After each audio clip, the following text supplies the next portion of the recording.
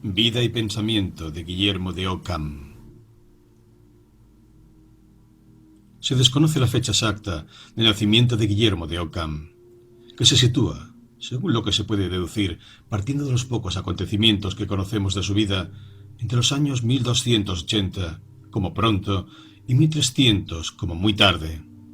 Según unos, nació en el lugar llamado Ockham, en el condado de Surrey, al sur de Londres, mientras que otros consideran que Ockham era simplemente su apellido. Se sabe que ingresó muy joven en la orden mendicante de los franciscanos y que realizó sus estudios en Oxford, debiendo alcanzar el grado de bachiller en los años 1316-1320. Según unos, alcanzó también el grado de magíster, llegando a enseñar lógica y teología en las escuelas franciscanas, en París, precisan algunos, hasta el año 1323, en que fue convocado a Aviñón por la corte pontificia, acusado de herejía. Otros, sin embargo, afirman que no consiguió el grado de magíster y que jamás se dedicó a la enseñanza, sino que continuó sus estudios en el ámbito de las preocupaciones filosófico-teológicas de la orden franciscana, de donde proceden sus primeros escritos polémicos y críticos sobre tales cuestiones. Todos, sin embargo, están de acuerdo en que fue discípulo de Duns Scoto, natural de Edimburgo. Estudió en las universidades de Oxford y París, en las que fue también profesor de teología. Fue trasladado al parecer por motivos políticos al estudio franciscano de Colonia, donde moriría en 1308. Lo que implica retrasar casi máximo la fecha de nacimiento de Ockham. En el año 1323, J. Luther, canciller de la Universidad de Oxford, que había acusado a Ockham de herejía, consigue que el Papa Juan XXII convoque a la corte papal, entonces en Aviñón, para someterle al interrogatorio pertinente acerca del significado de su tesis, con el fin de juzgar su ortodoxia o heterodoxia. Durante varios años, en los que permanece como prisionero de la corte, se trata el asunto, que parece terminar con una sentencia benévola por parte del Papa, sentencia que no satisface los deseos de Luther. Los acontecimientos políticos que tuvieron lugar entonces entre el excomulgado emperador Luis de Baviera y el Papa Juan XXII, a raíz de la disputa sobre la prevalencia del poder terrenal o del poder espiritual, provoca la intervención de Guillermo de Ockham en la disputa, la misma que los franciscanos mantenían ya con el papado al respecto.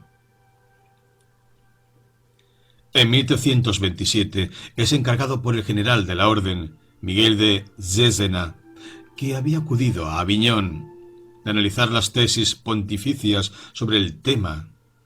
Viéndose amenazados ambos por los defensores de las tesis papistas, abandonan Aviñón y se refugian primero en Italia y luego, en 1328, bajo la protección de Luis de Baviera, siendo también ambos excomulgados. Tras la muerte de Luis de Baviera, en 1347, y habiendo continuado su polémica con los papas Benedicto XII y Clemente VI, tuvieron lugar algunos contactos para felicitar la sumisión de Ockham al Papa Clemente VI, sin que haya constancia de que la hubiera, o no, firmado. En 1349 muere en Múnich, al parecer a causa de la peste negra. La presencia de Ockham en Aviñón marca un antes y un después en el conjunto de su obra, que queda así dividida en torno a dos períodos. El primero, anterior a su estancia en Aviñón, está dominado por preocupaciones filosófico-teológicas. El segundo, que comienza con su ida de Aviñón, por reflexiones filosófico-políticas. Pertenecen al primer período los comentarios a las sentencias de Pedro Lombardo, cuyo contenido le valió la antipatía y persecución de Luther y el ser acusado de herejía. También la Expositio Super Octo Libros Psychoscorum y la Summa Totius Logicae fueron escritas antes de 1327, sobre filosofía natural el primero y sobre lógica el segundo. Entre las obras teológicas cabe destacar los Quod Libeta 7, con el tratamiento de cuestiones como la unicidad de Dios, la posibilidad o no, defendida por Santo Tomás, de que el alma sea la forma del cuerpo, la posibilidad de demostrar la existencia de Dios, etc., en consonancia con las posiciones mantenidas en los comentarios. Al segundo periodo pertenecen sus obras de polémica filosófico-política, centradas en torno a la discusión de la prevalencia del poder terrenal o espiritual, entre las que cabe destacar el Compendium Errorum Ioannis Papae 22 y el Dialogus inter Magistrum et Discipulum de Imperatorum et Pontificum Potestae, a la que se considera la principal obra de este periodo escrita por Occam. Razón y fe. La posición que adoptará Occam respecto al tema de la relación entre la razón y la fe supondrá no ya la distinción entre ambas y la concesión a cada una de un espacio particular de aplicación, como había defendido Santo Tomás, sino su radical distinción e independencia. La razón no está ya al servicio de la fe, ni la fe necesita de la razón para esclarecer sus propios dictados. La fe depende estrictamente de la revelación, por lo que la razón no tiene nada que decir, no tiene nada que añadir ni quitar, nada que aclarar a la palabra divina.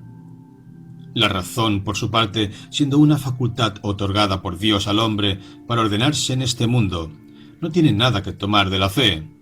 Ha de recurrir a las otras facultades naturales y exclusivamente con ellas obtener los conocimientos necesarios para la vida más perfecta posible del hombre. La distinción entre la razón y la fe se convierte, por lo tanto, en separación y aún en oposición entre ambas, lo que conducirá a Occam a una posición mística y antiteológica en los temas de la fe. El voluntarismo, caracterizado por la afirmación de la preeminencia de la voluntad sobre el entendimiento, y a una posición radicalmente empirista en lo concerniente a los temas de la razón. La autonomía de la razón con respecto a la fe proclamada por Santo Tomás se convierte en una independencia absoluta, lo que tiene importantes consecuencias en el campo filosófico y teológico en el que se moverá Occam. El análisis del conocimiento. Si San Agustín había explicado el tema del conocimiento con la doctrina de la iluminación, de inspiración platónica, Santo Tomás lo había hecho con la teoría de la abstracción, de raíz aristotélica. En ambos casos el conocimiento representa el conocimiento de la esencia, dejando al margen la individualidad y particularidad del objeto conocido. Occam supondrá ambas explicaciones, rechazando la posibilidad de conocer directamente las esencias tanto como la posibilidad de un conocimiento abstractivo, ofreciéndonos una explicación basada en la intuición sensible, que nos permite entrar en contacto directamente con la realidad individual y concreta, postura conocida con el nombre de nominalismo. ¿Conocemos directamente, pues, la realidad individual o conocemos solo las esencias universales? La intuición no es para Occam la captación directa por parte del sujeto de una esencia, de una idea de tipo platónico, sino la relación directa del sujeto que conoce con el objeto conocido, con la cosa. En ese sentido, el conocimiento es algo que se ofrece de modo directo e inmediato al individuo, no el resultado de una abstracción, de una elaboración del entendimiento que culmina en un concepto. Es algo, por lo tanto, presente, que queda garantizado por la inmediatez, por la presencia de la cosa que es la causa inmediata de dicho conocimiento, por el que se afirma en consecuencia la existencia de la cosa y del que dependen también las relaciones entre las cosas. El conocimiento abstractivo no es posible porque lo universal no es real, no es algo que esté presente. Los conceptos los formamos espontáneamente en el entendimiento, no a través del proceso abstractivo descrito por Aristóteles y por Santo Tomás. ¿Qué son los conceptos? No pueden representar unas esencias que no tienen presencia ni existencia real. No son más que signos de carácter lingüístico que se forman a partir de la experiencia, por generalización. Distingue Occam dos tipos de signos, los naturales y los convencionales. Son signos naturales concebidos por la mente, y en este sentido pueden ser llamados palabras mentales. Los signos convencionales pueden ser de dos clases: proferidos y escritos, es decir, pertenecientes al lenguaje hablado o al lenguaje escrito. La función de los signos es hacer las veces de las cosas que significan en el discurso, sustituirlas. En ningún momento representan esencias inexistentes. El rechazo de la explicación tomista del conocimiento por vía de la abstracción, siguiendo a Aristóteles, va asociado a la modificación de los presupuestos lógicos que se pueden aceptar en el discurso filosófico y a la elaboración de algunas propuestas metodológicas, entre las que se suele destacar el principio de economía, también conocido como la navaja de Occam, que supone el rechazo de lo superfluo, de lo que no parezca de modo inmediato a la intuición sensible, y la exigencia de simplificar en la explicación de los sucesos reales, y cuya formulación tradicional se presenta del modo siguiente: no hay que multiplicar los entes sin necesidad. Entiam non sunt multiplicanda praeter necessitatem.